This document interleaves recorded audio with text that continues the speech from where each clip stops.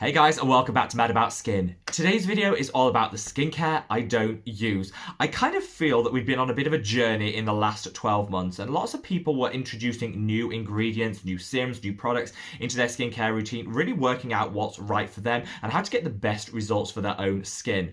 Coupled with the fact that we're often bombarded with people's opinions online telling us that you must have this ingredient in your skincare routine in order to get the maximum benefits, or this is a ride or die essential, otherwise you're not doing your skincare routine properly. We end up curating an entire skincare routine based on other people's thoughts and opinions rather than listening to our own skin type, what budget we can actually reach for, and the amount of time we have to do all of this. And so I wanted to just take it all back to basics and say, you know what, it's fine to not include every single must-have ingredient and product in your routine and you'll still get great results. And these are the ones I personally don't reach for day in, day out. So sit back, relax, and let's talk the skincare I don't use.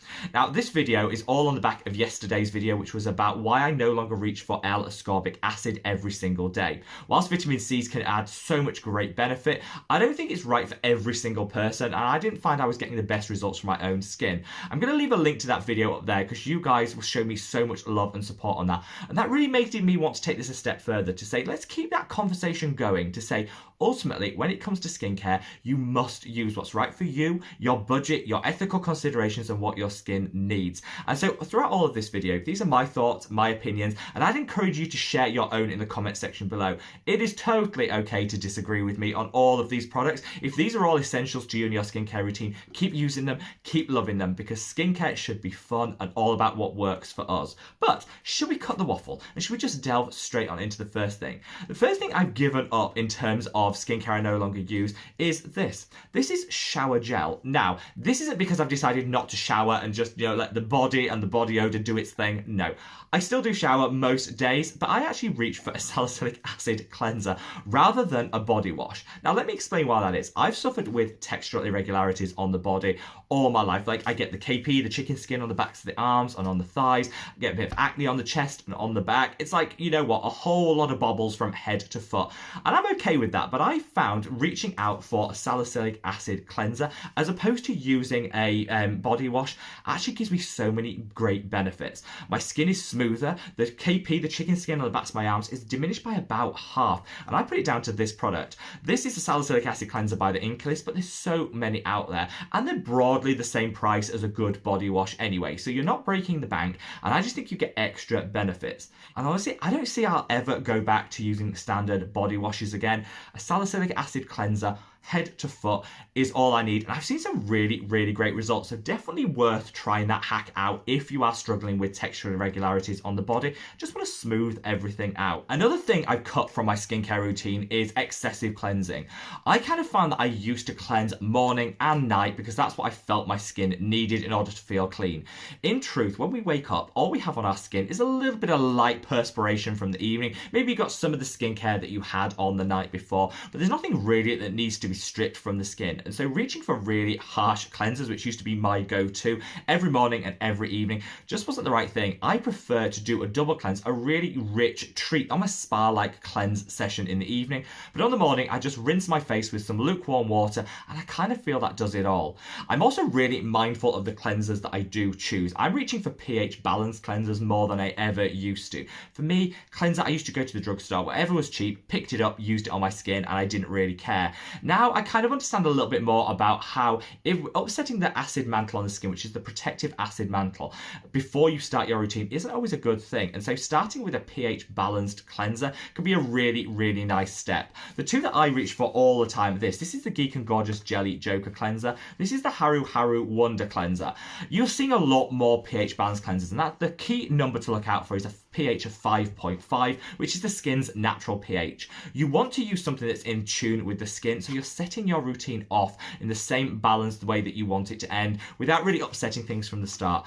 I love my pH balanced cleansers, but I've definitely trimmed back on the amount of cleansing I do in the morning and really focused down on that rich, gorgeous cleanse session in the evening. Now, I mentioned in the video I linked earlier about how I no longer use a pure form vitamin C every day, but I think I've also spoken on the channel before about how I no longer reach for glycolic acid every single day for my routine. One of my old favorites used to be this. This is the Revox Glycolic Acid 20%, and I use this pretty much every day on my skin. And then I took a little step back and worked out at, is this too stripping? Is this too drying? And is this really giving me the results that I need?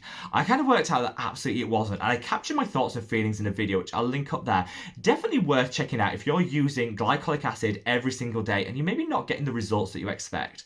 I actually dialed it back and went to lactic acid, and I've got so much more luminosity, vibrancy, and glow to my skin. I think there's a myth that the stronger you go, the better the results you'll get. Sometimes just using the right active for your skin type can give so many great benefits. This is in no way as strong as that 20% glycolic acid I was just waving around a minute ago, and yet I get so many great benefits from it, and honestly, I don't think I'll ever look back.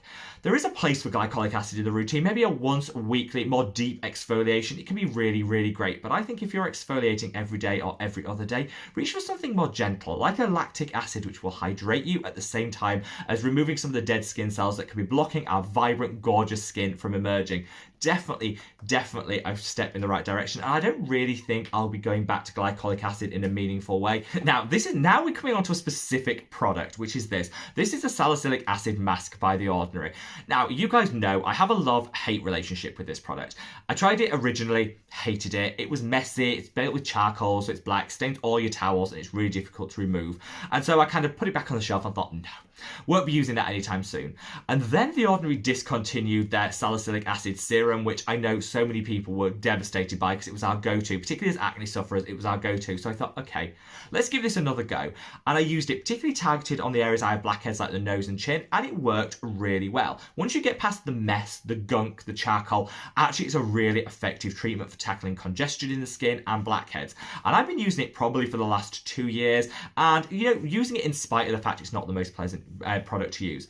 Then along came my new favourite friend, which is this. This is the Geek and Gorgeous Perfectly Clear 2% Salicylic Acid Serum. Now, it is definitely in stock. It was out of stock for a little bit, it had a really hyped launch, and then it was out of stock for a bit. Definitely in stock. I'll leave a link to this, as will all of the products mentioned below if you want to check them out in more detail.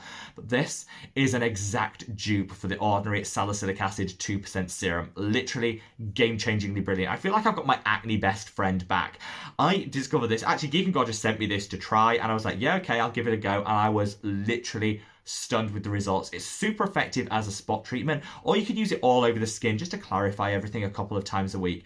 Definitely, if you're still missing The Ordinary Salicylic Serum, put one of these in order. Similar price, same ingredients, just a really, really great product. But I will be saying goodbye to this because whilst the results from these two are pretty similar, so much more messy, much more faff when you can just get it in a little serum like this that does all of the work you need.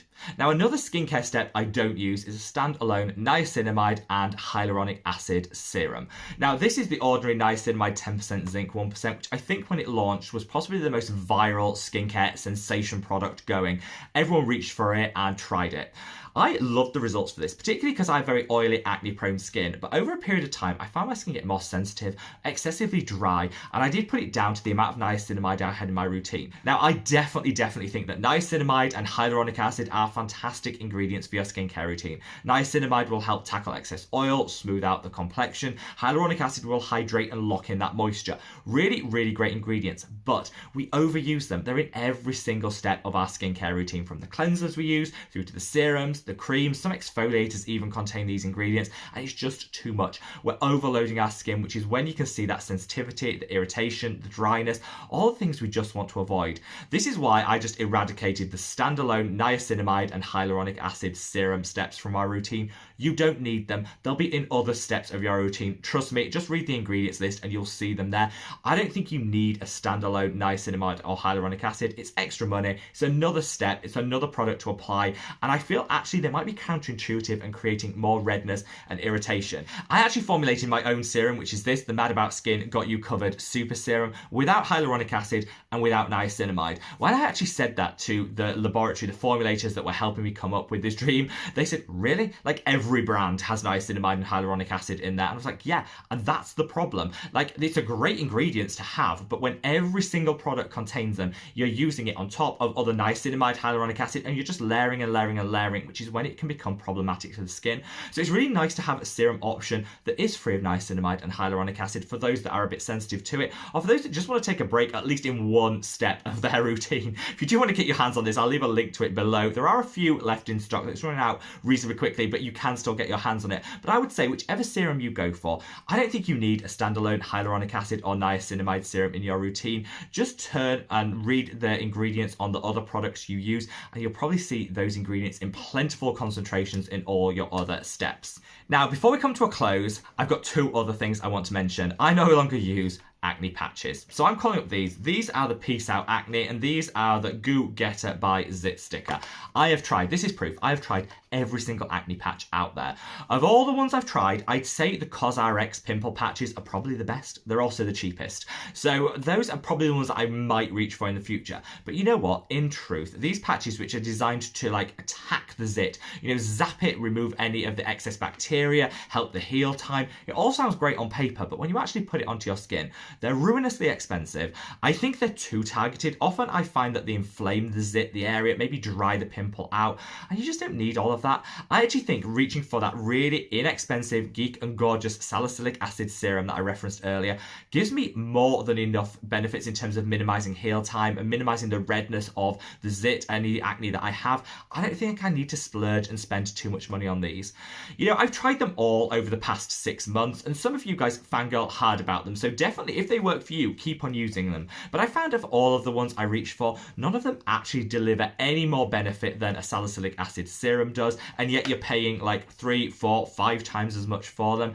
And there's a lot of packaging, which again, I just think, you know, from an environmental perspective, there's a whole lot of package going on in these. And so for me, they're just a firm pass. But let me know if you're a big fan of the Zit Sticker, of the pimple patch. I just think it's over-marketed, overhyped, and they promise more than they're actually going to deliver. Get yourself a really good salicylic acid serum for that offending pimple, and honestly, you've got you covered. Now, finally, we're going to come on to toners. I love a good toner. Who doesn't love the feeling of that nice cool liquid hitting the skin, refreshing you on a morning? I love them. But I did go through a phase where I was using toner on toner on toner. A lot of people call it that 7 skin Korean skincare method or something, where you just let all of your skincare routine is toner based. I actually have come to the conclusion that I don't think that's particularly good for the skin. There's a maximum amount that your skin can actually absorb, and also as human beings, we're quite tactile people. We like to have different textures, different consistencies on our skin, and so having like a gel cleanser followed by a toner followed by a really rich serum, then a gorgeous cream, I think is more interesting and brings more enjoyment to my routine. So I stick to just one toner in my morning routine and just one toner in my evening routine. I don't want to miss out on the great benefits that toners and essences can bring, but I don't want everything to be about toners, which I feel like I was kind of going down that avenue. My 2 favorite toners that I'm using like on a loop at the moment are these 2. This is the Niacinamide Brightening Toner by Good Molecules, and this is the Black Rice Hyaluronic Toner by Haru Haru, which honestly, you guys have been singing the praises of this so much, and honestly, it's so great. Again, hyaluronic acid in here, so you know when we're talking about you don't need a standalone hyaluronic acid serum, this as your toner has hyaluronic acid in, got you covered. This one, niacinamide in, so you know what I mean? This is an example of checking your ingredients and making sure you know exactly what you're putting on your skin, but both of these are fantastic. This is like great for any hyperpigmentation, fading acne marks. This is great if you've got dry skin and you just want that hydration boost. Both of them gorgeous, but I'm very mindful now to not overuse toners.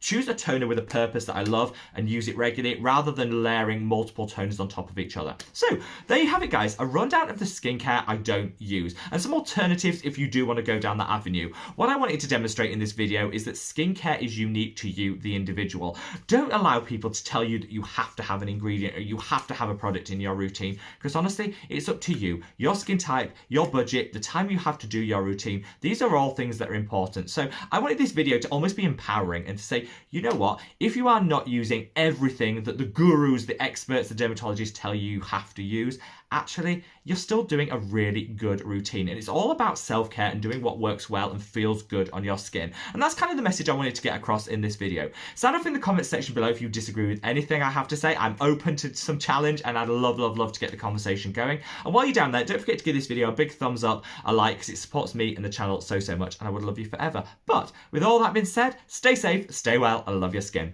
Take care. Bye.